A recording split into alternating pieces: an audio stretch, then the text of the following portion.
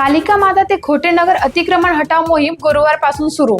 जळगाव शहरातील कालिका माता मंदिर ते खोटेनगर दरम्यानच्या महामार्गावरील अतिक्रमणावर गुरुवारपासून मोठी कारवाई सुरू होणार आहे। प्रशासनाने संबंधित व्यावसायिकांना यापूर्वी नोटिसा दिल्या होत्या, मात्र मुदत संपल्यानंतरही आता थेट अतिक्रमण हटवले जाणार आहे। या मोहिमेत महामार्गालगतीच दुकाने, गॅरेज, हॉटेल्स तसेच भंगार बाजार रस्ता आणि एसटी वर्कशॉप परिसरातील अतिक्रमणांचा समावेश आहे। महापौर दीपमाला काळे यांच्या पुढाकाराने ही मोहीम राबवली जात असून पोलीस बंदोबस्तासह 2 दिवसातील सविस्तर नियोजन करण्यात आले आहे। वाहतूक कोंडी कमी करणे आणि रस्ते मोकळे करणे हा मुख्य उद्देश आहे।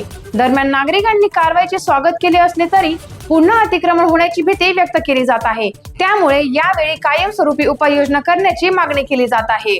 अशाच ताज्या घडामोडींसाठी पाहत रहा टाइम्स ऑफ महाराष्ट्र।